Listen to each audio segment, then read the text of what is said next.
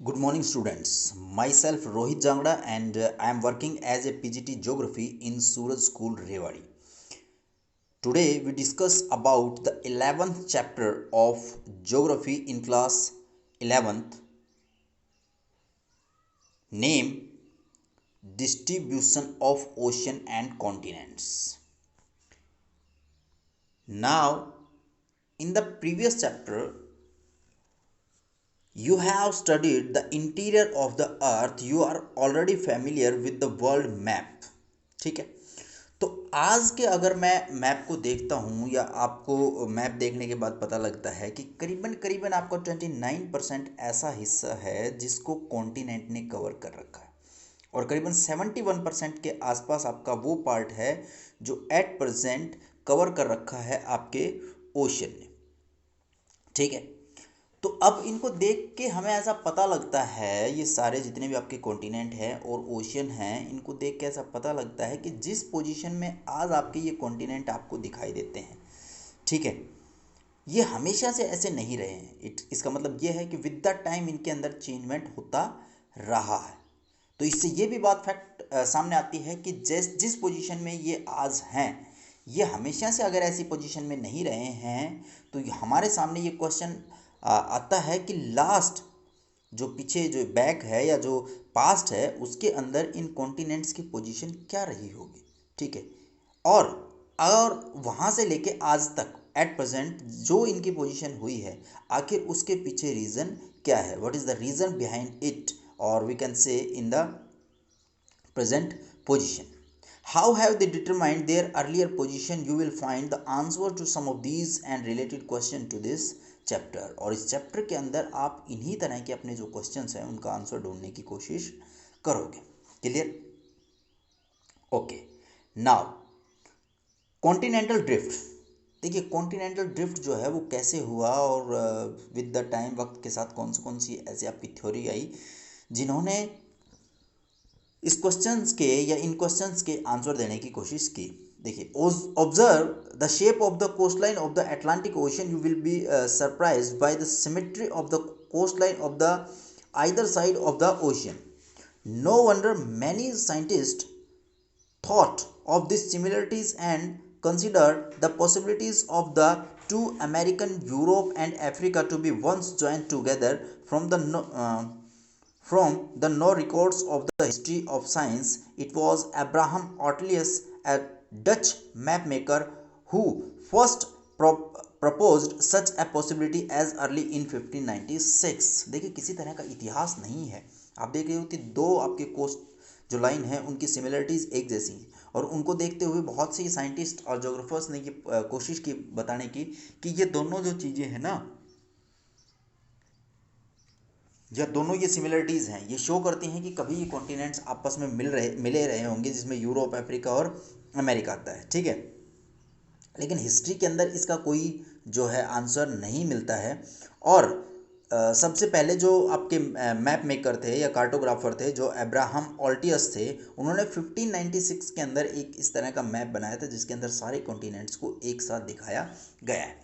उसके बाद Antonio Pellegrini drew a map showing the three continents together, how it was Alfred Wegener. ठीक है, उसके बाद एंटोनियो पेलेग्री ने दूसरा अपना अटेम्प्ट लिया जिसके अंदर उन्होंने इसी तरह का मैप शो करने की कोशिश की। और उसके बाद आपका जो था, it was Alfred Wegener, a German meteorologist, who put forth a comprehensive argument in the form of the continental drift theory in 1912.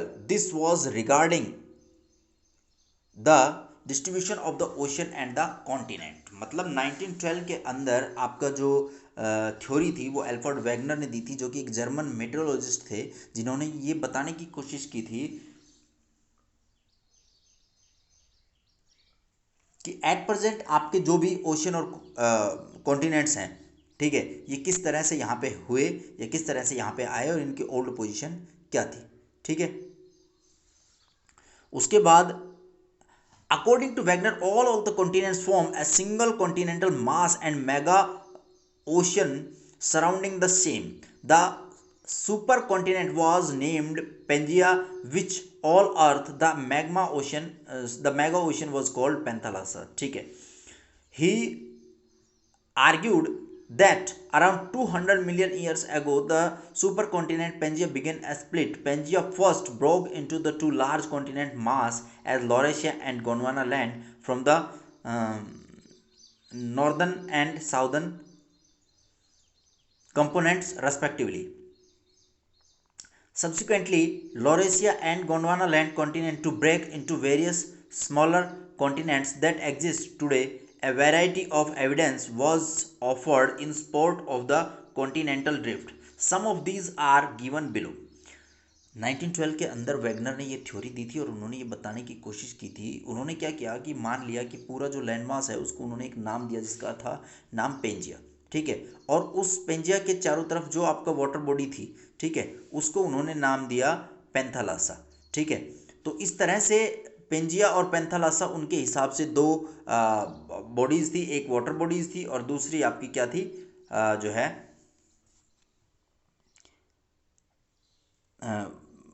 एक वाटर बॉडी थी और दूसरी आपकी लैंड मास था. ठीक है. उसके बाद है आपका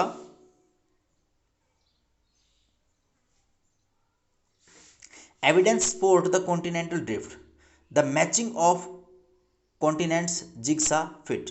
सबसे पहला जो उन्होंने एक अपना कोशिश की थी ये देने की या ये अपना ये बताने की कोशिश की थी कि किस तरह से उन्होंने जो एविडेंस प्रोवाइड करवाए थे इसके फेवर में, उन्होंने कह तो दिया. अब बात थी कि जो एविडेंस है वो प्रोवाइड करवाने की. तो सबसे पहले उन्होंने the matching of the continents jigsaw fit, ठीक है, ये उनका पहला एविडेंस था. वो उन्होंने कहा कि देखो अमेरिका को अगर अफ्रीका की तरफ मूव करवाया जाए और वहाँ पे ले जाकर और उसकी कोस्ट के साथ फिट किया जाए तो देखते हो कि पूरी तरह से अमेरिका जो है वो लगभग लगभग अफ्रीका के साथ क्या हो जाता है, सेट हो जाता है. तो ऐसा लगता है कि जैसे ये इसी का टूटा हुआ टुकड़ा है. But it may be noted that the map produce using the computer program to find the best fit of the Atlantic margin was presented by Bullard in 1964. It proved to be quite perfect. The match was tried at 1000 fathom lines instead of the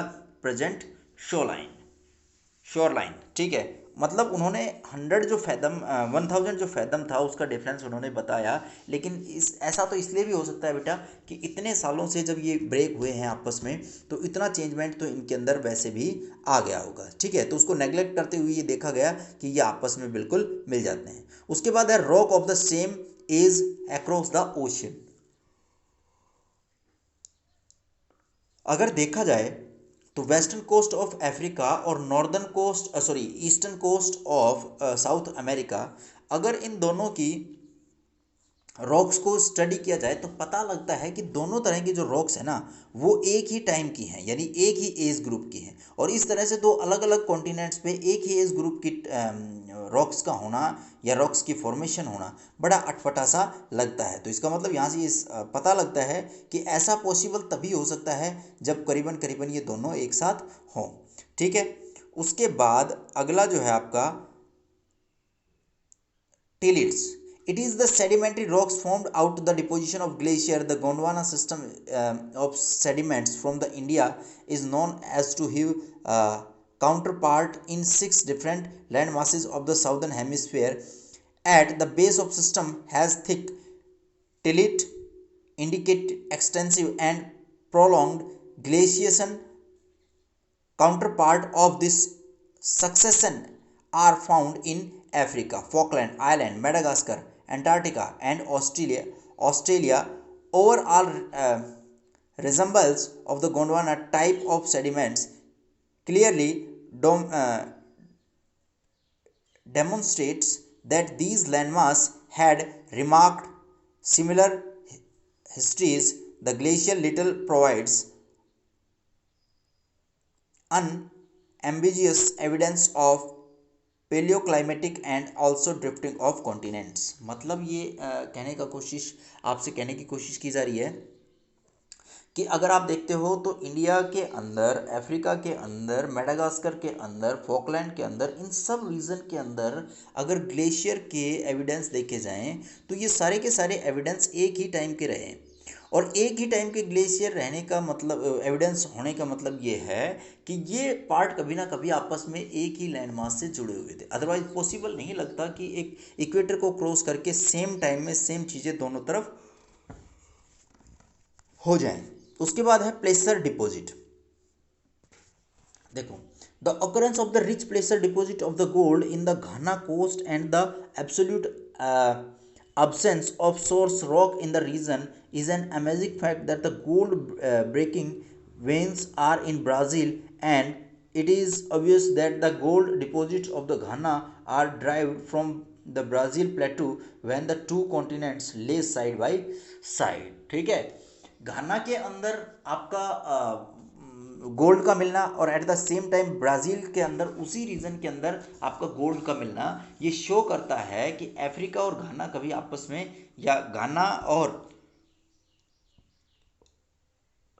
Brazil कभी एक ही landmass का part रहे हैं, और with the time ये दोनों क्या हो गए हैं, ब्रेक हो गए। तो इसका मतलब क्या है कि ये कभी आपस में मिले हुए थे और अब ये ब्रेक हो गए। उसके बाद है डिस्ट्रीब्यूशन ऑफ फॉसिल्स। देखिए, अगर वेस्टर्न कोस्ट की बात करो आप, western coast of Africa and eastern coast of South America, इन दोनों की अगर मैं बात करूं तो यहाँ पे जो फॉसिल्स के जो साइन हैं वो दोनों के एक जैसे या एक ही टाइम के मिलते हैं। ठीक है, Madagascar and Africa lead some of the considered of contiguous land mass, Lemuria linking these three land masses. Mesosaurus was a small reptile adapted to the shallow brackish water. The skeletons of these are found only in two localities, the Southern Capes province of South Africa and Iravier Formation of Brazil. The two locations are presently 4,800 kilometre apart with the ocean in between them. देखिए, दोनों किनारों पे अगर आप देखते हो कि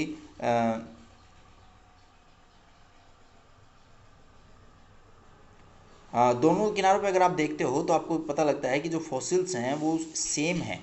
ठीक है, जबकि उनके बीच की जो डिस्टेंस है वो बहुत ज़्यादा है। अगर ये बात करें कि ब्राज़ील के अगर ये आपका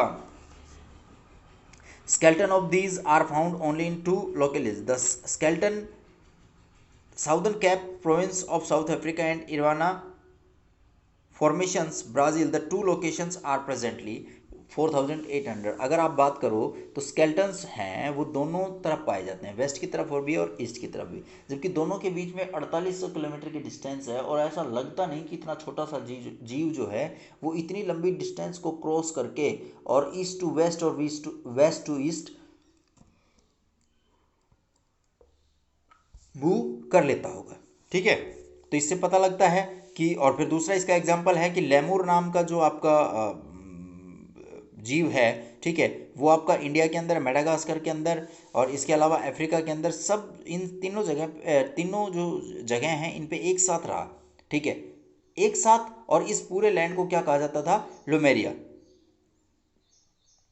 तो ये तभी पॉसिबल है जब ये सारे आपस में एक साथ जुड़े हुए हैं। ठीक है, उसके बाद है आपका अगला फोर्स फॉर ड्रिफ्टिंग। ठीक है, फोर्स फॉर ड्रिफ्टिंग यानी आपकी जो कॉन्टिनेंट्स मूव किए उसके पीछे कौन कौन सी आपकी फोर्स रही, क्या रिस्पॉन्सिबल रहा, और पोस्ट ड्रिफ्ट स्टडीज़। ठीक है, ये अगले जो वीडियो आएगी उसके अंदर हम इन बातों को डिस्कस करेंगे बेटा, कि आपकी जो ये कॉन्टिनेंट्स थ्योरी रही है इसके बारे में बात तो कर ली कि ये है, लेकिन ये ऐसा होने के पीछे, इसके पीछे रीज़न क्या रहा, कौन कौन सी फोर्स रही जिन्होंने इनके अंदर मूवमेंट करवाया। Okay guys, thank you.